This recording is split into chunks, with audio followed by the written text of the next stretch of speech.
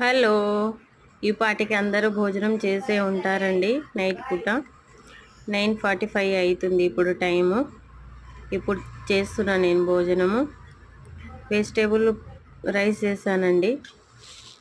సాయి ప్రసన్న జాటవ్ చెప్పినట్టే డైట్కి ఇవి ఓమా, జీలకర్ర, సోంపు, నల్ల జీలకర్ర ఇవన్నీ వేయించానండి. ఒక సైడు వేయిస్తూనే ఇంకొక సైడు వెజిటేబుల్ బిర్యానీ చేస్తున్నాను.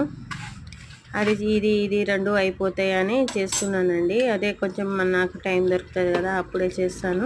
ఇప్పుడు బోనాల పండుగ స్టార్ట్ అయింది కదండి. షాప్లో నాకు ఎక్కువగానే వర్క్ ఉంది, అసలు టైం దొరకలేదు, టైంకి తింటలేను.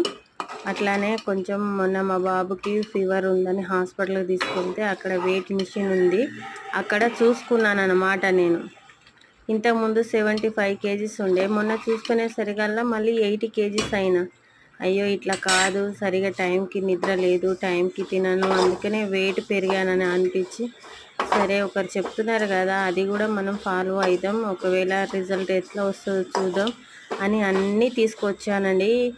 ఓమా 50 grams, జీలకర్ర 50 grams, సోంపు కూడా 50 grams, అన్నీ సపరేట్గా వేయించుకున్నాను.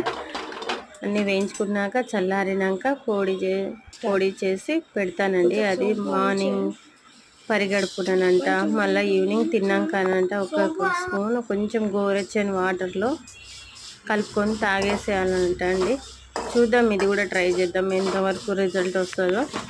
బాయ్. ఇది ఎంతవరకు రిజల్ట్ వస్తుందో చూద్దాం. ఏమైనా డైట్ ప్లాన్ ఉంటే చెప్పచ్చు కదా. ఒకసారి ఈ వీడియోని చూసి ఒక లైక్ చేయండి, సబ్స్క్రైబ్ చేసుకోండి. బాయ్.